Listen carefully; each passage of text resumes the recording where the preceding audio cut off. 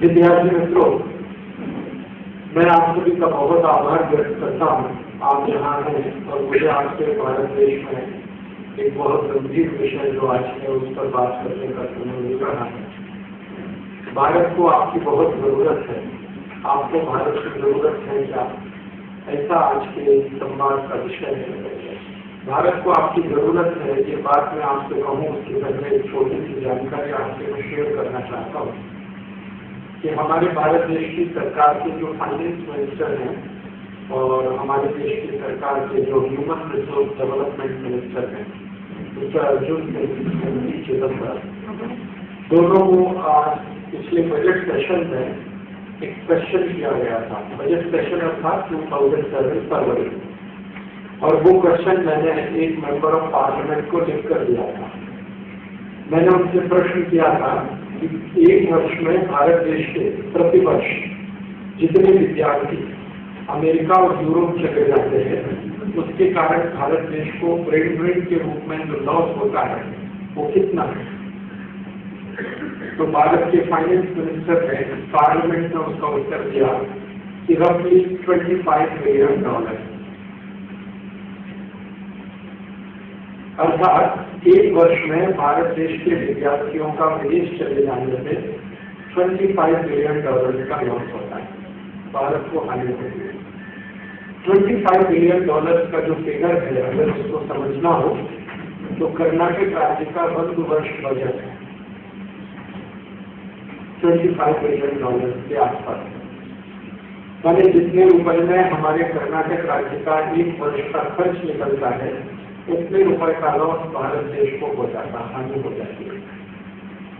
ये हानि जो होती है वो पैसे के रूप में होती है, फाइनेंशियली होती है। वो किस तरह से होती है? वो ऐसे कि भारत के जो इंजीनियर्स हैं, जो डॉक्टर्स हैं, जो मैनेजर्स हैं, यहाँ से जब पढ़ाई करते हैं, हायर स्टडीज के लिए जाते हैं और प्रीमियर इंस्टीट्यूशंस में पढ़ते हैं, तो भारत के लोगों के टैक्स का लाखों करोड़ों रुपए उनके ऊपर खर्च होता है। हम जब हमारे देश की हायर इंस्टीट्यूशंस में पढ़ाई करते हैं तो हम जो फी के रूप में खर्च करते हैं, ट्यूशन फी के रूप में लेते हैं, या हमारे हॉस्टल एकोमोडेशन के रूप में जो खर्च करते हैं, वो हमारे पूरे खर्चे का बहुत थोड़ा सा हिस्सा होता है। कारण क्या है? भारत देश में जो हायर स्टडीज है उसको सबसे ज्यादा सब्सिडी, दुनिया के किसी भी देश में हायर स्टडीज को इतना सब्सिडी नहीं है जितना भारत देश में। गवर्नमेंट ऑफ इंडिया के 2006-2007 के बजट में हायर स्टडीज के सब्सिडीज के रूप में 18,000 कोटी रुपए खर्च हुआ, 18,000 करोड़।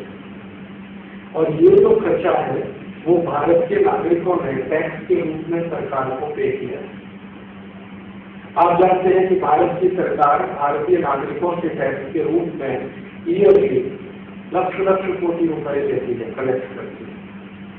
उसमें से 18,000 कोटि रुपए हायर स्टडीज के सब्सिडीज में जाता है, और सब्सिडीज में गया हुआ ये पैसा उन सभी विद्यार्थियों के ऊपर खर्च हुआ जो भारत छोड़कर चले गए, तो रिटर्न के रूप में वापस आने की कोई गारंटी नहीं। आप बोलेंगे क्यों गारंटी नहीं है? वो इसलिए नहीं है कि जो भारत छोड़कर चले गए वो वापस आएंगे, इसकी कोई गारंटी नहीं। वो विदेश में कहीं रहते हुए यूरोप और अमेरिका में काम करते हुए अपने रेमिटेंसेस भारत को भेजेंगे, इसकी भी कोई गारंटी नहीं। वो अपने इंटरेस्ट को ध्यान में रखकर रेमिटेंसेस भारत में भेजते हैं। इंटरेस्ट क्या? यदि अमेरिकन इकोनॉमी में रेट ऑफ इंटरेस्ट ज्यादा हो गया तो वो रेमिटेंसेस नहीं भेजते, वो वहीं पर इन्वेस्ट कर देते हैं और बैंक में रखते हैं। यदि अमेरिकन इकोनॉमी में रेट ऑफ इंटरेस्ट कम हो गया तो फिर वो सोचते हैं कि उनके रेमिटेंसेस भारत में भेज दिए जाए। लेकिन जैसे ही रेट ऑफ इंटरेस्ट हाई होता है वो भारत से सभी कुछ निकाल के वापस अमेरिका ले जाए। हमारे भारत देश से पढ़ाई पूरा करके विदेश में जाकर जॉब करने वाले जो गल्फ रीजन में भारतीय हैं, वो थोड़े से रेमिटेंसेस भारत को भेजते हैं। गल्फ में जो है, गल्फ में अर्थात सऊदी अरब, बहरीन, कुवैत, ओमान, संयुक्त अरब अमीरात, यूएई आदि देशों में मुबस्तैद लक्ष्य भारतीय नागरिक, और इसमें से 90% मुबस्तैद लक्ष्य में 90% जो भारतीय नागरिक हैं वो कार्मिक हैं। कार्मिक हैं, वो इंजीनियर्स नहीं है, डॉक्टर्स नहीं है, चार्टर्ड अकाउंटेंट्स नहीं है, मैनेजर्स नहीं है, सिंपल लेबर कार्मिक है, हाथ से काम करते हैं। कोई कंस्ट्रक्शन इंडस्ट्री में है तो कोई दूसरी ऑटोमोबाइल इंडस्ट्री पर, अलग अलग जगह, लेकिन वो कार्मिक हैं, अर्थात वो हायर इंस्टीट्यूशन के प्रोडक्ट हैं। वो किसी IIT से पास आउट नहीं हुए हैं, all India institute of medical sciences से पास आउट नहीं हुए हैं, IIM से पास आउट नहीं हुए हैं। तो जो कार्मिक लेवल पे हैं, लेबरल में हैं, वो अपने टोटल रेमिटेंसेस भारत को भेजते हैं। हमको ये समझने में बहुत तकलीफ होती है कि जो हायर इंस्टीट्यूशन से पास आउट होकर भारत से बाहर जाते हैं वो रेमिटेंसेस नहीं भेजते, लेकिन जो साधारण कार्मिक हैं जो भारत से पास आउट होके इंटरमीडिएट किसी ने पास किया है, 10th स्टैंडर्ड किसी ने पास किया है और गल्फ रीजन में काम कर रहे हैं लास्ट 15-25 ईयर्स से, वो अपनी कुल जो उसकी इनकम है उसका ज्यादा से ज्यादा पैसा भारत देश को भेजते हैं। गवर्नमेंट ऑफ इंडिया के स्टेटिस्टिक्स है कि गल्फ रीजन में रहने वाले जो भारतीय नागरिक हैं जो कार्मिक के रूप में काम करते हैं, उनका ईयरली $4 to $5 बिलियन भारत में आता है। लेकिन हायर इंस्टीट्यूशन से पास आउट होकर निकलने वालों का $1 बिलियन भी नहीं आता।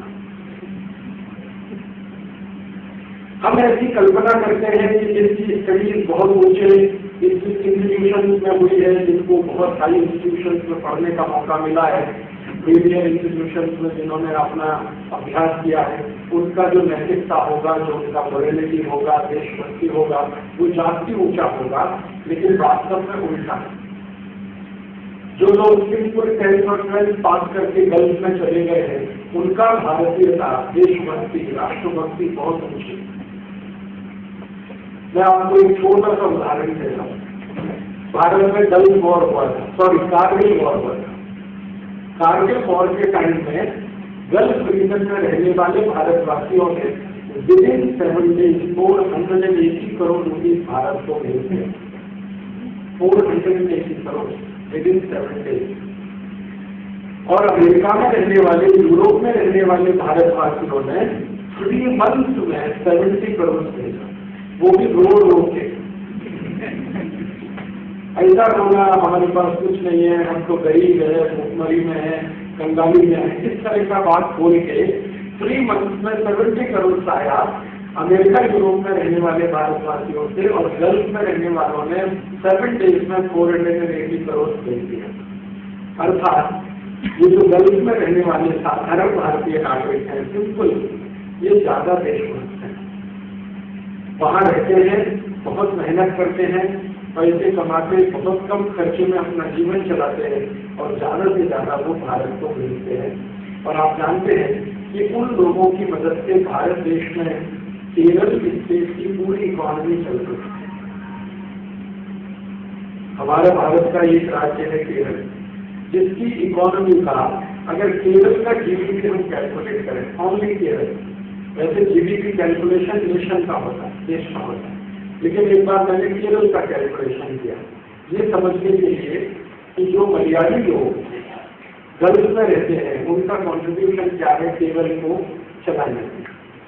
तो आपको सुनकर आश्चर्य होगा कि गवर्नमेंट ऑफ केरल का जो टोटल टैक्स कलेक्शन है, लगभग उतना ही पैसा गल्फ में रहने वाले मलयाली लोगों का रेजिडेंस है पर ईयर। 1991 में एक मैंने सिंपल कैलकुलेशन किया था और उसी कैलकुलेशन को 2005 और 2006 में रिपीट किया था, और वो कैलकुलेशन यही था कि मलयाली लोगों का केरल को जो कॉन्ट्रीब्यूशन है ईयरली जो गल्फ में रहते हैं वो बजट के बराबर, माने उनके जो टैक्स कलेक्शन है गवर्नमेंट के उसके बराबर 2006 और 2007 में भी सेम है। इसके साल से परसेंटेज वाइज सेम है और क्वांटिटी में वो बढ़ गया है। लास्ट ईयर केरल गवर्नमेंट से जो टोटल टैक्स कलेक्ट किया था 22,000 करोड़ था, लगभग इतना ही पैसा गलत से आया था। तो केरल गवर्नमेंट और केरल स्टेट की इकोनॉमी बहुत बड़े पैमाने पर उनसे चलती है। हमें गर्व है इन सभी भारतवासियों पर जिनकी एजुकेशन बहुत कम है, जिन्होंने देश का खर्चा बहुत कम किया है अपने ऊपर, फिर भी देश के लिए इतना सारा वो कर रहे हैं। बहुत खराब कंडीशन में वो गल्फ में रहते हैं, फिर भी वो देश में पैसा हो गया। मैंने वो सभी गल्फ देशों का प्रवास किया है जहाँ पर भारतवासी रहते हैं, उन सभी को डॉर्मेट्रीज में रहना पड़ता है। और डॉर्मेट्रीज इतनी खराब स्थिति में है, अबू धाबी में या दुबई में या दुबई में या बहरीन में जाइए, कुवैत में, ओमान में, बहुत ही खराब कंडीशन में डॉर्मेट्रीज है। 10 बाई 10 का एक रूम होता है 100 स्क्वायर फीट का, उसमें मिनिमम 8 या 10 नागरिक रहते हैं, 1 2 है मिनिमम। और जैसे रेलवे 3 टायर का स्लीपर क्लास होता है, ऐसे उनके बेड होते हैं, first tier, second, third, fourth, fifth, ऐसे 1 by 1। और वो बेचारे सभी के बैग्स और बैगेजेस उनके बेड के नीचे ही रहते हैं, अलमारी भी नहीं है उनके पास। कॉमन टॉयलेट है, कॉमन बाथरूम है।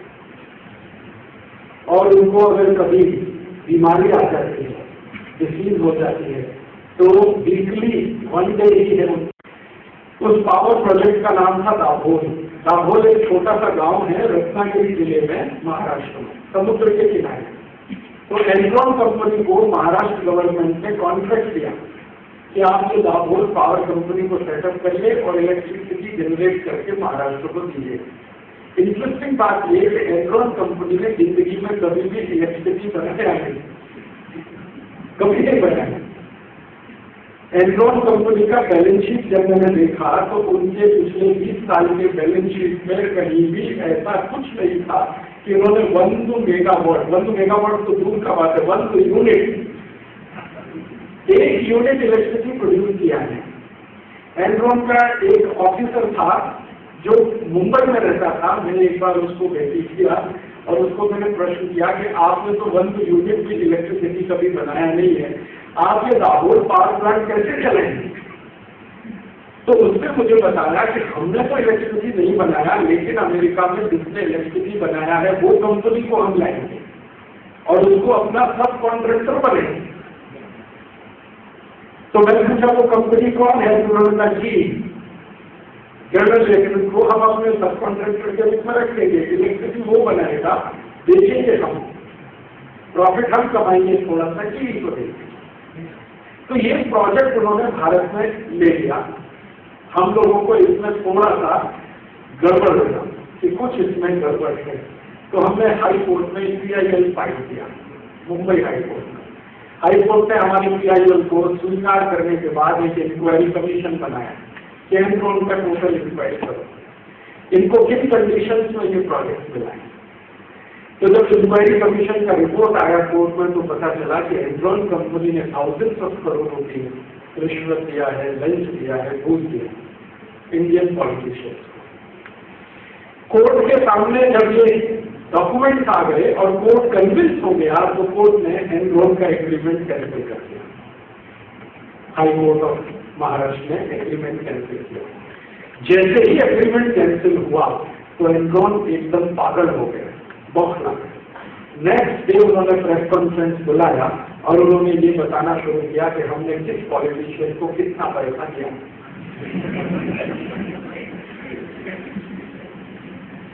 महाराष्ट्र में आप जानते हैं 2-3 मेजर पॉलिटिकल पार्टीज हैं, एनरॉन ने कहा हमने सभी को दिया, किसी को ज्यादा किसी को कम। जब क्वेश्चन उनको पूछा गया प्रेस रिपोर्टर्स की तरफ से कि आपने ये पार्टी को ज्यादा इसको कम क्यों दिया, तो उनका हमको लगता था कि इन्हीं का चांस है पावर में आने का, इसलिए इनको चाहते हैं, और जिनका चांस नहीं है उनको कम ही दिया। लास्ट में क्या हुआ कि वो लोग सुप्रीम कोर्ट गए और हम लोग भी सुप्रीम कोर्ट गए। सुप्रीम कोर्ट ने भी वो एग्रीमेंट कैंसिल किया। सुप्रीम कोर्ट का भी कहना था कि ये इलीगल है, कॉन्ट्रा कॉन्स्टिट्यूशनल है, इसमें घोटाला हुआ है। जब सुप्रीम कोर्ट में वो केस हारे तो उन्होंने बहुत बहुत सेंसिटिव रिविलेशन किया। उन्होंने बताया कि भारत देश में आने के लिए गवर्नमेंट ऑफ अमेरिका को भी घोष दिया, अमेरिकन गवर्नमेंट को रिश्वत दिया, लंच दिया, घूस दिया। और आप जानते हैं कि जिस समय ये एनरॉन भारत में आया था, अमेरिका में प्रेसिडेंट था बिल क्लिंटन, तो एनरॉन ने कहा कि बिल क्लिंटन को सेकंड टर्म जो हुआ था ना, आप जानते हैं वो 2 टर्म प्रेसिडेंट था, तो सेकंड टर्म प्रेसिडेंट हुआ, वो टाइम एनरॉन कंपनी ने $100 बिलियन बिल क्लिंटन का चुनाव में खर्च किया, $100 बिलियन। एनरॉन को पूछा गया कि आपने $100 बिलियन बिल क्लिंटन को दिया, इसका मतलब यह है कि आपको भारत देश से कमाने का उम्मीद था, इसलिए दिया। तो उन्होंने कहा कि यदि हमारा प्रोजेक्ट कैंसिल नहीं होता और हम भारत में रहते तो विदिन 20 ईयर्स हम भारत देश से मिनिमम $2000 बिलियन लेके जाते, मिनिमम $2 ट्रिलियन, मिनिमम इतना लेके जाते, मैक्सिमम तो 4-5,000 बिलियन हो सकता था। तो उनका कैलकुलेशन है बिल्कुल क्लियर कि हम भारत से $2000 बिलियन कमाएंगे, $100 बिलियन बिल क्लिंटन और उसकी गवर्नमेंट को देंगे और $2-3 बिलियन भारत में बांटेंगे, बाकी तो हमें प्रॉफिट ही प्रॉफिट है। तो वो एक इंटरेस्टिंग बात बोल कर गए कि हम जब भारत में आते हैं तो लंच और रिश्वत का पैसा इन्वेस्टमेंट के साथ लाते हैं। हाँ, हमारा जो इन्वेस्टमेंट का पैसा होता है उसमें लंच और रिश्वत का इंक्लूड करते हैं, वो हमारा इन्वेस्टमेंट है और वो टॉप टू बॉटम। तो अमेरिका में भी घूसखोरी है, रिश्वतखोरी है, भ्रष्टाचार है, बस इतना ही अंतर है। मैंने आपसे कहा कि भारत में $2-3 बिलियन में पॉलिटिकल पार्टी को आप खरीदी कर सकते हैं, अमेरिका में $100 बिलियन लगता है, खरीदी वहां भी होता है। बाद में क्या हुआ, जब उनका ये बात आया ना, तो हम लोगों ने एक अच्छा सा काम किया कि उनका जो स्टेटमेंट था वो रिकॉर्ड किया, कैसेट में, वीडियो कैसेट में, ऑडियो कैसेट में, और जो स्टेटमेंट उनका न्यूज़पेपर में प्रिंट हुआ वो सब कटिंग करके और वो अमेरिका में गया। और अमेरिका में रहने वाले जो भारतवासी हैं उनसे कहा कि किसी एक एमपी को सब दे दो अमेरिकन पार्लियामेंट में, लेकिन ऐसे एमपी को देना जो एनरॉन के अगेंस्ट है, अर्थात बिल क्लिंटन के अगेंस्ट है, अर्थात रिपब्लिकन पार्टी का है। बिल क्लिंटन माने डेमोक्रेटिक पार्टी माने एनरॉन पार्टी, अमेरिका में ऐसा बोलते हैं एनरॉन पार्टी। तो रिपब्लिकन 2-3 एमपी को वो दे दिया, उन्होंने पार्लियामेंट में हंगामा किया, वो हंगामे पे इंक्वायरी हुआ, इंक्वायरी में सब कुछ खुल गया। अंत में परेशानी क्या हुई कि एनरॉन को दंड लगाया गया, हाँ दंड देना पड़ा, और वो दंड देने के चक्कर में वो कंपनी बैंकरप्ट हो गई, और वो कंपनी बैंकरप्ट हुई और आज वो दुनिया में खत्म हो गई। अभी एनरॉन नाम की कोई कंपनी दुनिया में नहीं है। अमेरिकन पॉलिटिक्स में करप्शन का लेवल कितना ऊंचा है। तो जब भारतवासी जो अमेरिका में रहते हैं, जिनको हम पीआईओ कहते हैं, वो जब बात करना शुरू करते हैं कि भारत में बहुत पॉलिटिकल करप्शन है, तो मैं उनसे कहता हूँ तो वोट अमेरिका में भी तो है।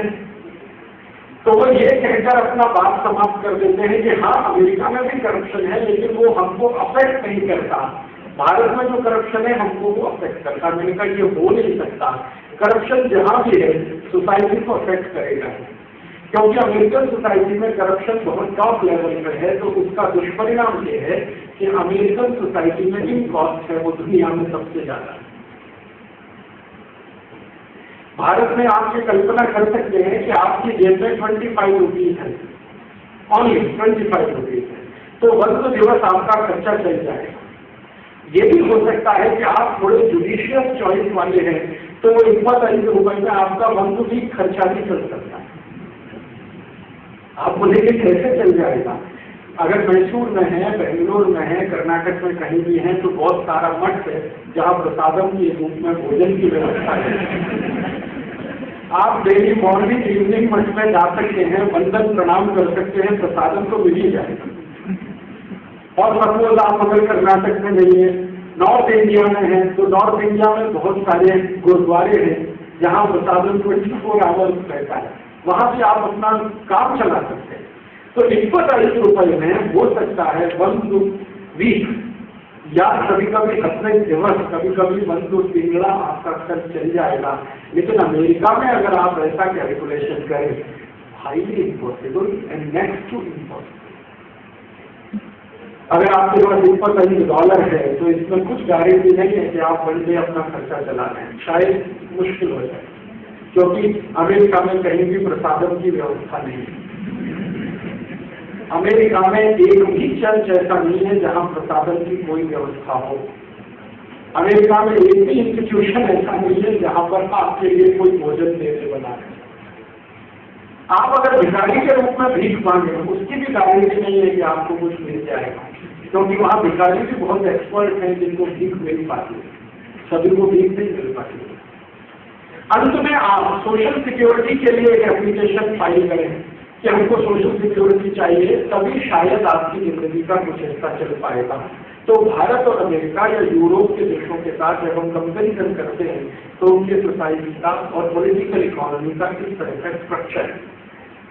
लेकिन मुझे बहुत तकलीफ होती है जब भारतवासी जो अमेरिका और यूरोप में चले जाते हैं और इस तरह के लॉजिक देना शुरू करते हैं, तर्क देना शुरू करते हैं कि भारत में पॉलिटिकल करप्शन है और यहाँ पे ऐसा है वैसा है।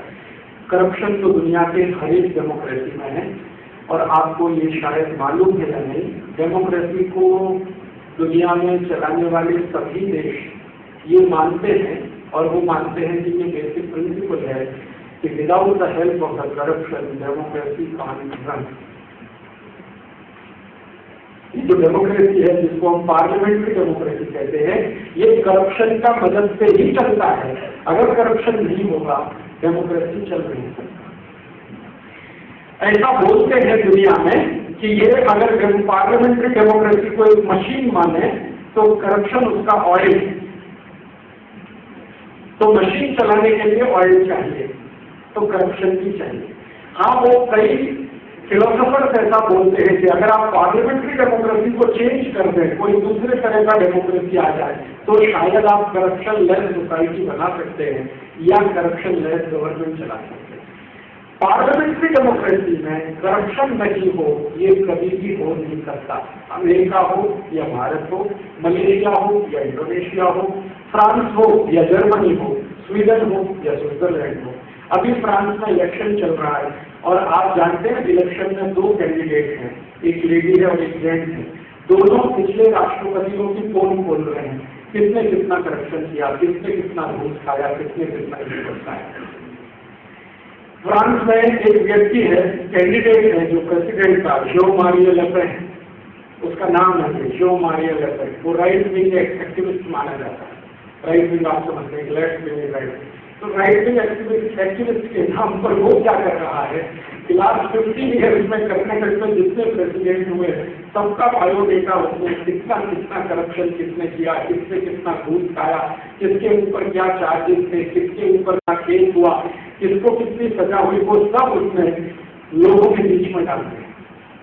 और वो इन दोनों जो पूर्वी प्रेसिडेंट हैं, 2 कैंडिडेट, उनका भी उसने पोल खोलना शुरू कर दिया। जो था ये वो ये कहता है कि दुनिया में जहां भी पार्लियामेंट्री डेमोक्रेसी है, करप्शन उसका दूसरा हिस्सा है। एक है तो दूसरा केस, एक टेल है तो दूसरा है। तो करप्शन फ्री तो कोई भी दुनिया में सोसाइटी है नहीं इस समय पार्लियामेंट्री डेमोक्रेसी में। हाँ, कोई दूसरा फॉर्म दिया हो गवर्नेंस का तो शायद वहां हो सकता है। इसलिए ये बात करना कि भारत में पॉलिटिकल करप्शन है, वो मुझे लगता है कि कोई लॉजिक सटीक नहीं है। फिर बात क्या है, जो भारत से बाहर जाते हैं, कई बार मैंने देखा है वो कल्पना करते हैं, बोलते हैं कि हम थोड़े दिन में वापस आएंगे, फिर क्यों नहीं आते, क्यों वहीं सेटल हो जाते हैं। उसका जब मैं स्टडी करता हूँ तो उसमें 4-5 बातें समझ में आती हैं। पहली बात उनकी जो समझ में आती है वो ये, वो हमेशा कैलकुलेशन करते हैं $1 ₹40, $1 तो उन्होंने $1 कमाया तो भारत में ₹40। तो वो ये कहते हैं कि डॉलर और रूपी का जो एक्सचेंज रेट है ये उनको मजबूर करता है वहां सेटल हो जाने के लिए। दूसरी एक और सीरियस बात है, वो सीरियस बात उनकी ये है कि अमेरिकन इकोनॉमी में और यूरोपियन इकोनॉमी में आपको अगर सेटल होना है तो परमानेंट जॉब मिलने तक आपका लाख रुपए खर्च हो चुका होता है। परमानेंट जॉब मिलने तक लाख रुपए आपका खर्चा हो चुका होता है। हर लक्ष्य 20 कई लोगों का। मेरा एक दोस्त है जो अभी सेटल हुआ है, उसको 10 साल लगा, परमानेंट जॉब अभी मिला है उसको, और वो बोलता है कि 25 लाख रुपए उसका खर्च हो गया। तो ये जॉब मिलने में और सेटल होने में जो खर्चा होता है, ये खर्चा किसी न किसी लोन के रूप में वो इधर उधर से जमा करते हैं, और उस लोन को रिपे करना है उनको। ये उनकी दूसरी बड़ी मजबूरी होती है, इसलिए वो बाहर से वापस नहीं आ पाते। और एक तीसरी बड़ी मजबूरी है, वो ये कि वहां काम जब आप करते हैं तो मशीन की तरह से काम करते करते शरीर का आदत रहता है। जैसे आप अमेरिका में अगर काम कर रहे हैं, कल्पना करिए, तो यहाँ तो आपको लगता है कि स्वर्ग है, ऐसा कुछ स्वर्ग नहीं है। जब जाके देखेंगे तो पता चलेगा। From 7 AM to 7 PM 12 hours पे डे काम करना मिनिमम। अगर डबल शिफ्ट में काम करेंगे तो ये बढ़ जाएगा। ये सिंगल शिफ्ट की बात हो रही है। 7 AM to 7 PM काम करना पड़ता है। आपको फैक्ट्री में 7 AM हाजिर होना है। 2 मिनट भी लेट हुआ है या 3 मिनट भी लेट हुआ है तो आपको नोटिस मिल जाएगा, नेक्स्ट डे आप फैक्ट्री के गेट पर होंगे। Higher and fire. अमेरिका का कोई कोर्ट आपकी बात नहीं सुनेगा, आप किसी कोर्ट में जा नहीं सकते। बाहर हो गए तो हो गए, अभी नेक्स्ट जॉब के लिए ट्राई करें। फैक्ट्री में जब आप काम के जाएंगे, 7 AM से पहले फैक्ट्री पहुंचना है। नॉर्मली अमेरिका में जहां फैक्ट्री पे जाना होता है और जहां आप रहते हैं, आपका घर और फैक्ट्री दोनों के बीच का डिस्टेंस 200 माइल हो सकता है, कभी कभी 300 माइल्स भी होता है, कभी कभी 400 माइल्स भी होता है। अब आप जरा सोचिए कि 200 माइल्स आपको ट्रेवल करना, 7 AM से पहले फैक्ट्री पहुंचना, तो आपको आपका घर मिनिमम 5 AM को छोड़ देना पड़ेगा। सुबह 5 बजे घर छोड़ देना पड़ेगा। और आप जानते हैं अमेरिका में 365 डेज में 200 डेज ऐसे होते हैं जब सनलाइट नहीं होता, सूर्य का प्रकाश नहीं होता, मिनिमम 200 डेज। ठंडी जब होती है, सर्दी जब होती है तो टेम्परेचर -30 डिग्री सेंटीग्रेड तक होता है। अभी 2007 में न्यूयॉर्क का टेम्परेचर -35 डिग्री हुआ और 15 डेज तक कंटिन्यू रहा। वो 15 डेज में जो रोड थे ना, उनपे मिनिमम 10 फीट बर्फ जमा हुआ था, आइस 10 फीट। तो वहां क्या है कि अगर आपको सर्दी के दिन है, नवंबर, दिसंबर, जनवरी, फरवरी का टाइम है और मॉर्निंग 5 AM आपको घर छोड़ना है, सनलाइट नहीं आएगा और टेम्परेचर बिलो 0 है, तब आप जरा कल्पना करिए कि 5 AM में घर छोड़ने का क्या मतलब है। और 5 AM आप घर छोड़कर जाएंगे तो 4 AM आपको तो बेड छोड़ना ही पड़ेगा। और 4 AM को बेड छोड़ रहे हैं तो मिनिमम 10 PM को सोना ही पड़ेगा, है ना। हो सकता है 9 PM को सोना पड़े, और 9 PM को सोना पड़ेगा तो फैक्ट्री से घर 9 PM तक तो आ जाना ही पड़ेगा, है ना। और घर आते ही जल्दी जल्दी कुछ खाके पीछे बेड पे जाना ही पड़ेगा, क्योंकि 4 AM you have to wake up. इसका मतलब ये है कि from 7 to evening 7 AM to 7 PM आपने फैक्ट्री में काम किया, सीधे जल्दी घर भागे, घर आते ही जल्दी से कुछ खाया, इमीडिएट बेड पे चले गए, क्योंकि 4 AM आपको उठना है। फिर आपकी लाइफ 5 डेज कैसी है, क्योंकि वहां 5 डेज बीते, तो 5 दिन कंटिन्यू आपकी लाइफ है इतनी ज्यादा तकलीफ वाली। फिर नेक्स्ट सैटरडे संडे जब भी मिलेगा तो आपका जो 5 डेज में अनिद्रा हुआ है, स्लीप तो होने वाला नहीं है, तो आप उसका हैंगओवर है उसको पूरा करेंगे सैटरडे संडे। और वो सैटरडे संडे में निद्रा भी पूरा करना है, घर के लिए किचन का जो मटीरियल लाना है सोपू लाना है, वेजिटेबल्स लाना है, मिल्क लाना है, सब कुछ लाना है, लॉन्ड्री वाले के पास जाना है, इंश्योरेंस का बिल पे करने जाना है, टेलीफोन का बिल पे करने जाना है, डॉक्टर को विजिट करना है, जो कि वीकली विजिट भी आप कर सकते हैं, छुट्टी तो नहीं है तो डॉक्टर के पास भी जाइए, लॉन्ड्री वाले। अमेरिका में ऐसा नहीं है कि आपका घर में आके कोई सोपू देगा, मैसूर में संभव है।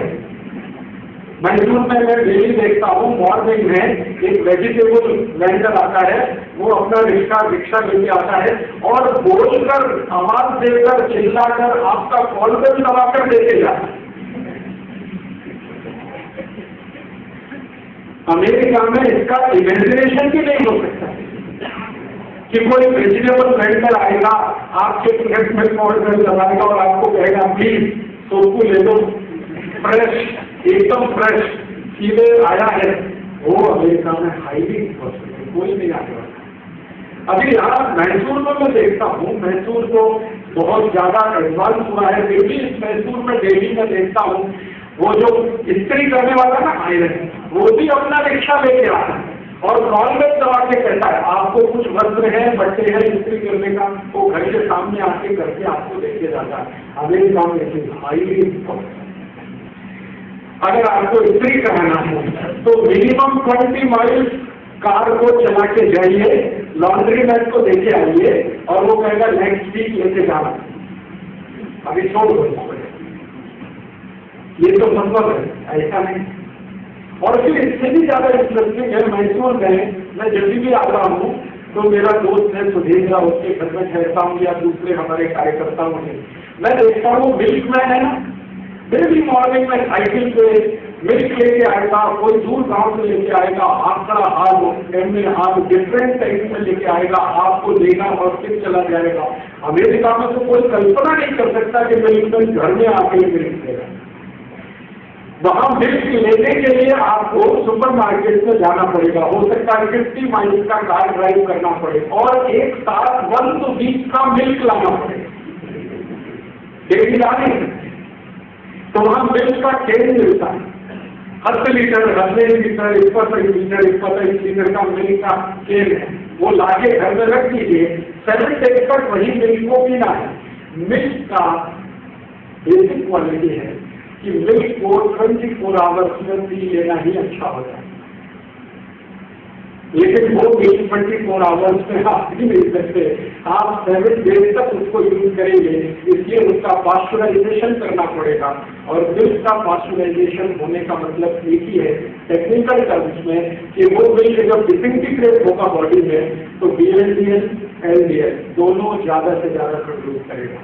VLDL, LDL माने हार्ट अटैक। तो जितना जास्ती पास्चुराइज्ड मिल्क पिएंगे उतना जास्ती 2 सीरियस प्रॉब्लम, एक हार्ट अटैक आएगा, VLDL, LDL जास्ती हो जाएगा, HDL कम हो जाएगा। और VLDL, LDL जिनका भी जास्ती होगा वो सभी ओवरवेट। तो आप देखते हैं अमेरिका में average 2nd and 3rd citizen overweight है।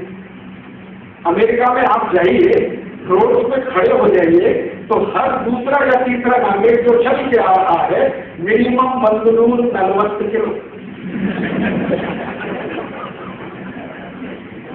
बंदूर 40 किलो, बंदूर 50 किलो, बंदूर 60 किलो, बंदूर। मैंने एक बार देखा था ब्रुकलिन में, ब्रुकलिन एक छोटा सा टाउन है न्यूयॉर्क के नजदीक में, वहां मैं एक बार मॉर्निंग वॉक के लिए गया, मैंने एक नागरिक को देखा मिनिमम वेट 350 किलो, 350 किलो। अभी वो कैसे चलता होगा ऐसे अमेरिका में बहुत सीरियस प्रॉब्लम है। ओवरवेट, ओबेसिटी अमेरिकन सोसाइटी का सबसे बड़ा प्रॉब्लम है। और आप जानते हैं कि ओबेसिटी एक ऐसा डिजीज है जो मदर डिजीज है, जो आया बॉडी में तो मिनिमम 50 डिजीज को इन्वाइट करता है। आप भी आओ, डायबिटीज अभी जल्दी से आ जाओ, आर्थराइटिस तुम भी आ जाओ, ब्रोंकाइटिस तुम भी आ जाओ, ट्यूबरकुलोसिस भी आ जाए, सब आ जाए, ऑस्टियोआर्थराइटिस, रूमेटिक आर्थराइटिस सभी आ जाए। ये अमेरिकन सोसाइटी का प्रॉब्लम है। और वहाँ जो प्रॉब्लम है उसमें सीरियस यही बात है कि फ्रेश कुछ खा नहीं सकते, ना सोपू, ना मिल्क, लॉन्ड्री मैन को जाना पड़ेगा, कोई आने वाला नहीं है। टेलीफोन बिल के लिए जाना पड़ेगा, कोई आने वाला नहीं है। अगर आपके घर में केबल कनेक्शन है तो आपको पे करने जाना पड़ेगा, घर में आने वाला कोई नहीं है।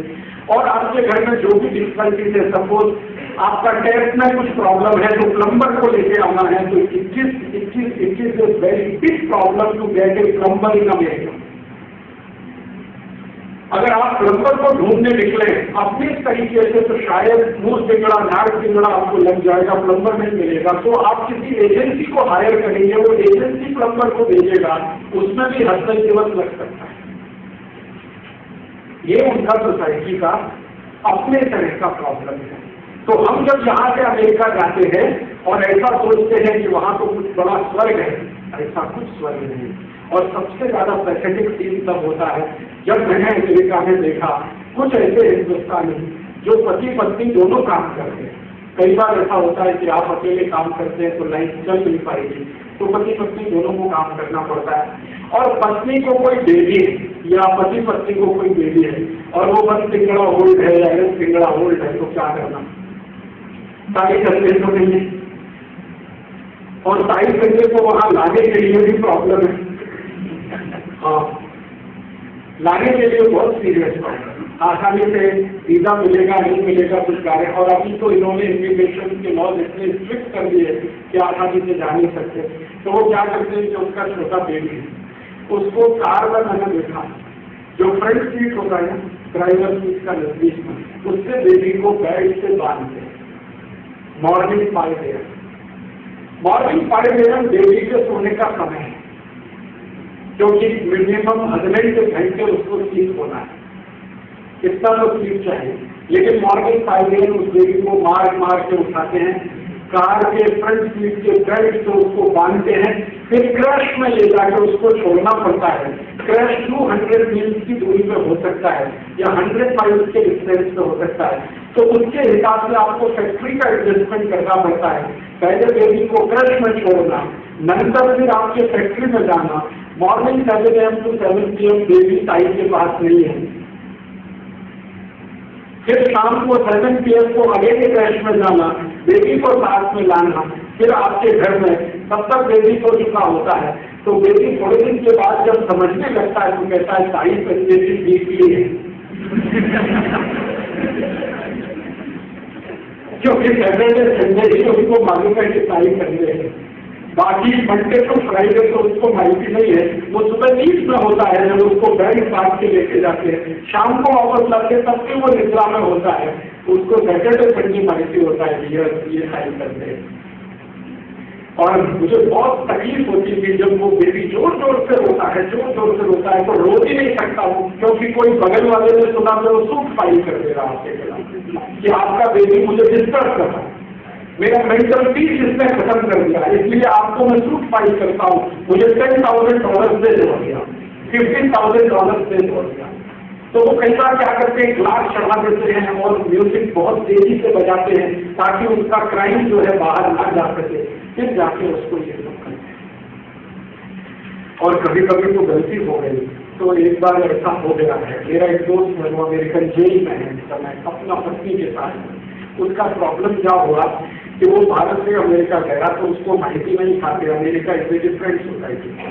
वो क्या किया, उसका जो पत्नी है वो और पति दोनों मिलकर एक बार शॉपिंग के लिए जाते थे। तो किसी रोड से वो गुजर रहे थे, एरिया न्यूयॉर्क का था, लोअर मैनहट्टन एरिया में। तो किसी रोड से जाते हुए उन्होंने छोटे बेबी को देखा, 3-4 ईयर्स का बेबी था, वो फुटबॉल को किक मार रहा है। उसका ताई कहीं खड़ा हुआ उसको वॉच कर रहा था, इनको माहिती नहीं था कि उसका ताई वॉच कर रहा है। तो उसने किक मारा, फुटबॉल उस रोड पे आ गया, इन्होंने गाड़ी रोका, फुटबॉल उठाया, वो बेबी को जाके दे दिया और गलती से उस बेबी को उठा लिया और उसका ताई ने देख लिया। इमीडिएट को चिल्लाता हुआ नीचे आया और बेबी को छीन कर सीधे पुलिस स्टेशन में गया और उसने कंप्लेंट फाइल किया कि ये 2 इंडियन टेररिस्ट हैं जो मेरा बेबी को लेके जा रहे हैं। पुलिस मैन ने इनका कुछ नहीं सुना, मेरा दोस्त और उसका पति उसका कुछ नहीं सुना, वो सीधे जेल में डाल दिया। अभी उनको 40 ईयर्स का जेल हुआ। 40 ईयर। वो कुछ सुनता है, एम्बेसी वालों को भेजा कन्विंस करने के लिए, वो किसी की बात नहीं। वो कहते हैं अमेरिका में कुछ नहीं है। अगर आपने किसी दूसरे के बेबी को उठाया, सपोज आप उसे प्यार करने के लिए उठाया, प्रेम करने के लिए उठाया, तो भी वो बोलेगा कि आप तो इसका एक्शन करना चाहते हैं, अपहरण करना चाहते हैं। और अपहरण का जो चार्ज आपके ऊपर लगा तो मिनिमम इम्प्रिजनमेंट 40 ईयर्स का है। This is the reality of American society. अभी भारत में क्या है? भारत में जो सबसे बड़ा जो इंटरेस्टिंग बात है समझ लेगा कि जो चिक मक्खड़ है वो नेबर के घर में ही रहता है, फ्रॉम मॉर्निंग टू इवनिंग। और मैंने मैक्सिमम फैमिलीज में देखा है कि उनका जो छोटा बेटा बेटी है उसको सबसे ज्यादा प्रेम नेबर करता है, विदाउट एनी चीज, कुछ भी उसको प्रॉब्लम नहीं। तो यहाँ बिल्कुल डिफरेंट है और वहाँ बिल्कुल डिफरेंट है। वो अच्छा है और हमारा खराब है, मैं ऐसा नहीं कहता। अच्छा है उनका खराब है ये भी नहीं कहता, लेकिन दोनों जगह डिफरेंस है, वो जानना चाहिए। एंड लास्ट इसी रो में एक डिफरेंस और बताना चाहता हूँ। मेरा एक और दोस्त है जो अमेरिका में एक कंपनी में है, मैनेजर है, जनरल इलेक्ट्रिक में है। अभी थोड़े दिन पहले उसने मुझे ईमेल किया और उसने कहा कि राजीव दीक्षित, मेरा जो फ्लैट था उसमें आग लग गया, फायर हो। तो मैंने कहा तो क्या प्रॉब्लम है? कुछ भी प्रॉब्लम नहीं, अमेरिका में अगर फायर हुआ है तो वो फायरमैन आ जाएगा, वो आपका सब काम करेगा, नंतर पुलिसमैन आएगा, FIR लॉन्च करेगा, थर्ड फिर वो आएगा, इंश्योरेंस वाला आएगा, आपको चेक दे देगा, फोर्थ गवर्नमेंट का कोई और ऑफिसर आएगा, पूछेगा आपको और भी कोई प्रॉब्लम तो नहीं, आप कहेंगे ओके, तो वो चला जाएगा। तो मैंने कहा इसमें प्रॉब्लम क्या है? तुम्हारा घर में फायर हो गया, फ्लैट में फायर हो गया, तो फायरमैन आया, उसने कहा यस आया, पुलिसमैन आया, यस आया, इंश्योरेंस का क्लेम मिला, यस मिला, विदिन 1 डे। फिर मैंने कहा प्रॉब्लम क्या है? तो उसने कहा मेरा नेबर नहीं आया।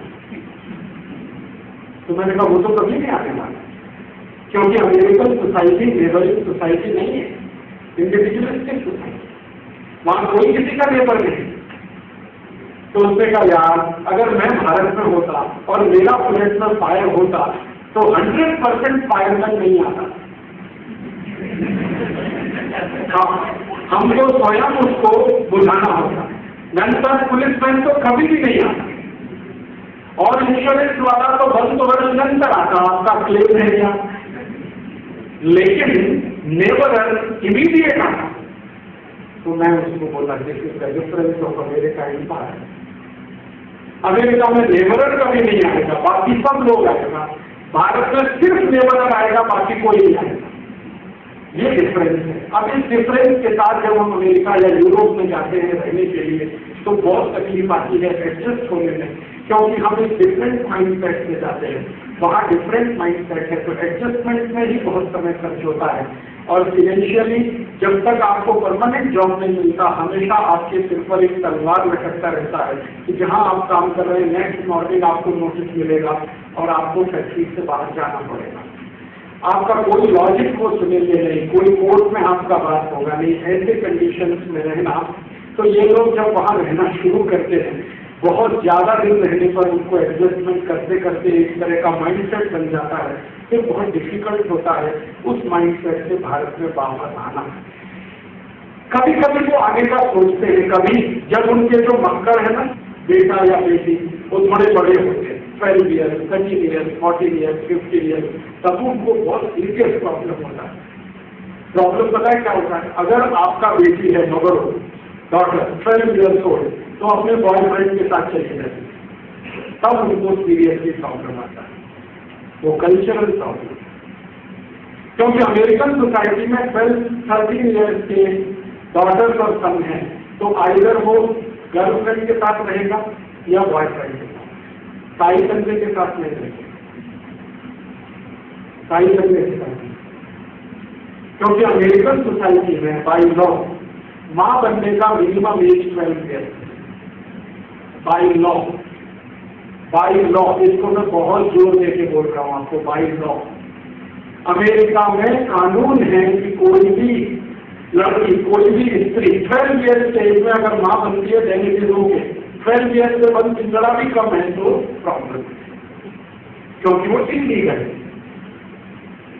आप जरा सोचो कि किसी एक सोसाइटी ने कानून बनाया हुआ है कि 12 ईयर्स में वो मां बन सकती है, इसका माने बॉयफ्रेंड के साथ रहना ही पड़ेगा, अदरवाइज ये संभव नहीं है। तो आपको 12 ईयर्स में मां बनने का परमिशन लॉ ने दिया है और वो अपने को प्रोग्रेसिव कहते हैं। और भारत में किसी 12 ईयर्स ओल्ड डॉटर का कहीं मैरिज हो जाए तो झंडा उठा के जिंदाबाद मुर्दाबाद शुरू कर देते हैं। आप तो पिछड़े हुए हैं, क्या बोल सकता है, बट इज नॉनसेंस। वहां 12 ईयर्स का डॉटर ताई बनता है, इट इज ओके, प्रोग्रेसिव है। यहाँ 12 ईयर्स का डॉटर किसी को मैरिज करने के बाद ताई बनता है तो वो बोलते हो it is not okay. Without marriage ताई बने it is okay, with marriage ताई बने इट इज नॉट ओके। तो हमको वो चिल्लाना शुरू करते हैं भारत बहुत पिछड़ा देश है, 18th सेंचुरी वाला देश है, 16th सेंचुरी वाला देश है। तभी मैं उनको कहता हूँ तुम्हारा 21st सेंचुरी कितना सुंदर है, 12 ईयर्स में टाइम बनने का तुमने लॉ बना दिया है। और सीरियसली जो ओरिजिनल अमेरिकन है ना, उनके फैमिलीज में कभी कभी मैं गया तो मैंने उनसे पूछा कि आपका डॉटर तो बॉयफ्रेंड के साथ रहता है? हाँ yes, because she 12 years old और 13 ईयर्स ओल्ड, तो रहना ही पड़ेगा। तो मैं बोला सपोज ना रहे तो मान लो कोई एक केस ऐसा निकला अमेरिका में जो डॉटर ताई तरीके के साथ ही रहना चाहता है, बॉयफ्रेंड के साथ नहीं जाना चाहता, तो ताई तरीके को मेडिकल प्रॉब्लम है। वो ताई तरीके कहता है शायद हमारी डॉटर में कुछ प्रॉब्लम है। यस, हाँ। और मैंने ऐसे ताई तरीके को देखा जिनका डॉटर 14 ईयर्स का हो गया, उसका कोई बॉयफ्रेंड नहीं था, तो उसका ताई मुझे बोलता था कि मेरा डॉटर को कुछ मेंटल प्रॉब्लम है, आप होम्योपैथी का डॉक्टर है, आप कुछ मेडिसिन सजेस्ट करो। मैं पूछा क्या बात के लिए कि ये बॉयफ्रेंड के साथ क्या है, इसके लिए मेडिसिन दे दो। और वो ताई पूछ रहा है। अभी भारत का ताई और अमेरिका का ताई जरा कल्पना करो और डिफरेंस कैलकुलेट करो। भारत का ताई का डॉटर अगर 12-13 ईयर्स ओल्ड है तो वो ताई डॉटर के साथ हमेशा तो जाता है, अपने घर का काम छोड़ के जाता है। उसकी कोई भी सीरियस प्रॉब्लम हो सकती है उससे उसको बचाने के लिए। स्कूल में एडमिशन देना है, शॉपिंग करना है, कोई फिल्म देखना है, नाटक में जाना है, म्यूजिक फेस्टिवल में जाना है, तो ताई तो कंपल्सरी साथ में जाएगा। लेकिन अमेरिका में ताई संडे तो मेरी बॉयफ्रेंड साथ में जाएगा। तो इंडियन मेंटेलिटी के लोग जो अमेरिका में सेटल हो गए हैं उनको ये चीज तो पसंद नहीं आती, तब वो परेशान होते हैं। उनकी आंखों के सामने उनके टीनेज डॉटर और सन, बॉय गर्ल टीनेज, उनकी आंखों के सामने जो बॉयफ्रेंड के साथ जाते हैं और 13 ईयर्स में बिफोर मैरिज वो प्रेग्नेंट होके आती है, तब वो लोग अपना सिर पीटते हैं, फिर सोचते हैं कि हमें भारत जाना अच्छा है। वो एक ही कंडीशन में बोलते हैं भारत जाना अच्छा है। फिर वहां वो उनका टर्मिनेशन कराते हैं, प्रेगनेंसी का टर्मिनेशन कराते हैं, फिर उसको लेकर भारत में आते हैं, फिर यहाँ से कोई अच्छे लड़के को ढूंढकर उसके साथ जबरदस्ती शादी करते हैं, क्योंकि उनको मालूम है वहां शादी करेंगे तो और भी ज्यादा सीरियस प्रॉब्लम हो। अमेरिकन सोसाइटी में शादी होने का संभावना नहीं है 70% को। आप जानते हैं अमेरिकन सोसाइटी में 70% लोगों को शादी नहीं होता, वो लिव इन रिलेशनशिप में रहते हैं। लिव इन रिलेशनशिप में आप जानते हैं शादी नहीं करना है, बाकी सब करना है, शादी नहीं करना, क्योंकि शादी अर्थात रेस्पॉन्सिबिलिटी, शादी अर्थात जिम्मेदारी, जवाबदारी, रेस्पॉन्सिबिलिटी। वो रेस्पॉन्सिबिलिटी लेना नहीं चाहते, बाकी सब कुछ चाहिए उनको, रेस्पॉन्सिबिलिटी नहीं। इसलिए लिविंग रिलेशनशिप में 70% कपल लिविंग रिलेशनशिप में है, शादी नहीं है होता। फिर प्रॉब्लम सीरियसली कहाँ स्टार्ट होता है, लिविंग रिलेशनशिप में जब मक्खड़ हो जाते हैं, बच्चे हो जाते हैं, उनको बड़ा होकर क्या नाम देना, क्या सरनेम देना, ये सीरियस प्रॉब्लम होता है। तो फिर वो अंत में क्या करते हैं कि जो कॉन्वेंट एजुकेशनल सेंटर्स होते हैं, इंस्टीट्यूशन होते हैं, वहां उनको छोड़ देते हैं। कॉन्वेंट माने लावारिस बच्चों के स्कूल, लावारिस माने जिनका टाई करने का माहिती नहीं, उन बच्चों के स्कूल को यूरोप और अमेरिका में कॉन्वेंट कहते हैं। कॉन्वेंट CONVENT, कॉन्वेंट का अर्थ होता है जो बच्चे का, स्टूडेंट का टाई संदेह नहीं है, वो कॉन्वेंट स्कूल। हमने भारत में वो कॉन्वेंट स्कूल इंपोर्ट कर दिए विद टाई और संदेह। हमारा यहाँ टाई भी है, संदेह भी है, फिर भी कॉन्वेंट स्कूल है, और बड़े गर्व से हमारा हम बच्चों को कॉन्वेंट में एडमिशन कराते हैं, लावारिस बच्चों का school. This is the blind following of civilization. Problem जो है ना वो डिफरेंस है, और इससे भी ज्यादा सीरियस डिफरेंस है वो फिजिकल है। फिजिकल डिफरेंस क्या है, भारत का जो टेम्परेचर जोन है ना वो क्या है, 50 degree to 52 degree, this is our temperature zone. सब शीतोष्ण टेम्परेचर, जास्ती ठंड नहीं है, जास्ती गर्म नहीं है, 15 to 52 ये टेम्परेचर जोन है। अमेरिका में -42 + 15 ये टेम्परेचर जोन। आप यहाँ रहते हैं +15 और 52 के टेम्परेचर जोन में, तो बॉडी का जो बायोकेमिस्ट्री है वो उसके अनुसार है। बायोकेमिस्ट्री किसके अनुसार है, मॉर्निंग भारत में थोड़ा ठंडा होता है, ठीक है, तो मॉर्निंग में भारत की सभी लोगों की जो बॉडी है उसमें वायु का प्रकोप होता है आयुर्वेद के अनुसार। वात से पित्त दोष होते हैं, तो मॉर्निंग क्योंकि ठंडा है तो वात प्रकोपित है, नून से गर्म है तो पित्त प्रकोपित है बॉडी का, और इवनिंग फिर अगेन ठंडा है तो कफ प्रकोपित है। तो आपका बॉडी का जो बैलेंस है और टोटल बायोकेमिस्ट्री है वो मॉर्निंग वात, नून पित्त, इवनिंग का, ये आपका रूटीन लाइफ में चलता है। आपका बॉडी में मॉर्निंग को कोई भी हम चेक करें आयुर्वेद के हिसाब से तो वात का